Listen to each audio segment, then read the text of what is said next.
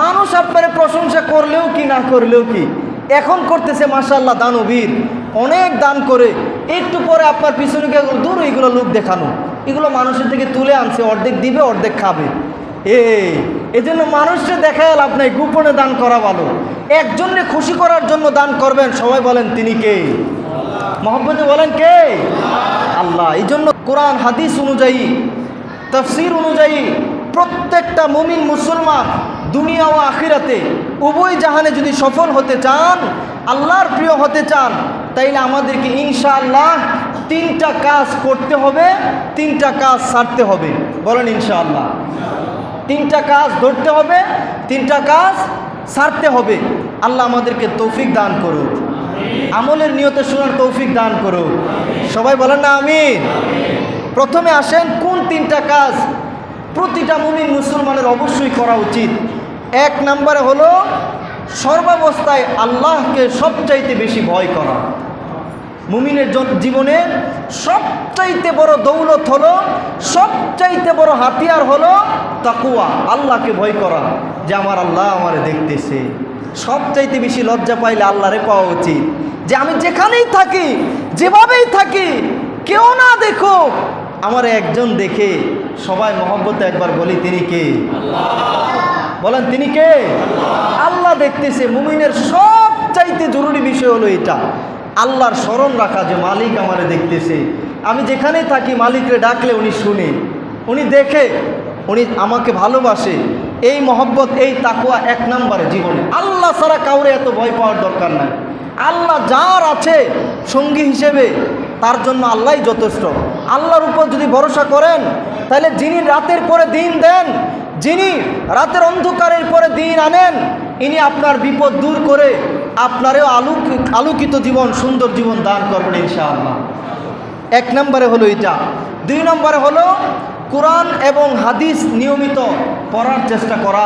কোরআন হাদিসের ভালো কথাগুলা সত্য বলে মেনে নিয়ে আমল করা, সত্য বলে মেনে নিয়ে আমল করা, ভালো কথাগুলা, নবীর কথাগুলা, আল্লাহর কোরআনের কথাগুলা বিশ্বাস করা, এগুলো অনুযায়ী আমল করা। তিন নম্বরে হলো আল্লাহকে খুশি করার জন্য বিপদগ্রস্ত মানুষকে, এমনকি বিপদগ্রস্ত একটা পশু পাখি দেখলে, পশু পাখিকেও, মানুষকে তো অবশ্যই, বিপদগ্রস্ত মানুষকে সহযোগিতা করা, দান করা, এটা আল্লাহর প্রিয় হওয়ার সবচাইতে জরুরি একটা আমল। সুবহানাল্লাহ বলেন। অসংখ্য হাদিস আছে, অসংখ্য হাদিস। আল্লাহর প্রিয় নবীজি সাল্লাল্লাহু আলাইহি সাল্লামের অন্যতম একটা আমলই ছিল, উনি বিপদগ্রস্ত মানুষকে সহযোগিতা করতেন। সবার আগে ছুটে যাইতেন অসহায়ের, বিভিন্ন বিপদগ্রস্ত মানুষের, দুর্বল মানুষের ভার বহন করার জন্য, মানুষকে সহযোগিতার জন্য। এটা হলো আল্লাহর নবীর, আল্লাহর সবচাইতে প্রিয় একটা আমল।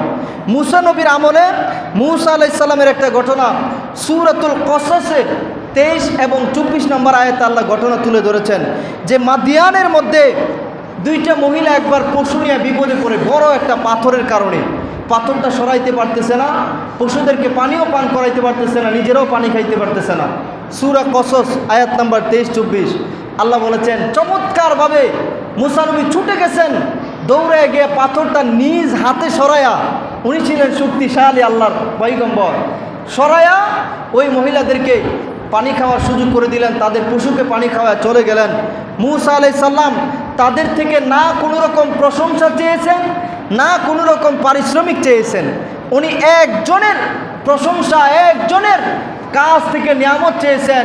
উনি দোয়া করেছেন, রব্বি ইন্নী লিমা আনজালতা ইলাইয়া মিন খায়রিন ফকির, রব্বি ইন্নী লিমা আনজালতা ইলাইয়া মিন খায়রিন ফকির। কোরআনে আছে, উনি এই দোয়াটা করেছেন, আল্লাহ নিয়ামতের ভান্ডার দান করে দিয়েছেন। সুবহানাল্লাহ। আল্লাহ আপনি যে নিয়ামত দিবেন, আপনি আমাদেরকে যে নিয়ামত দান করবেন, এটার আমরা ভিখারি, এটার আমরা মুখাভিক্ষী। আল্লাহ আপনার নিয়ামতটা দেন, আল্লাহ দেন। আল্লাহ আপনার তো ভান্ডারের কমতি নাই, আপনার কাছেই চাই। এটা কত বুদ্ধিমানের দোয়া। সুবহানাল্লাহ। মানুষ আপনার প্রশংসা করলেও কি না করলেও কি, এখন করতেছে মাশাআল্লাহ দানবীর, অনেক দান করে, একটু পরে আপনার পিছনে গিয়ে দূর এগুলো লোক দেখানো, এগুলো মানুষের থেকে তুলে আনছে, অর্ধেক দিবে অর্ধেক খাবে। এই জন্য মানুষকে দেখায় লাভ নাই, গোপনে দান করা ভালো। একজনকে খুশি করার জন্য দান করবেন, সবাই বলেন তিনি কে? মহব্বতে বলেন কে? আল্লাহ। এই জন্য 3 কাজ করবেন।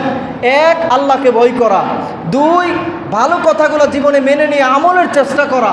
3, আল্লাহকে খুশি করার জন্য বিপদগ্রস্ত অসহায় মানুষকে দান করা, সহযোগিতা করা।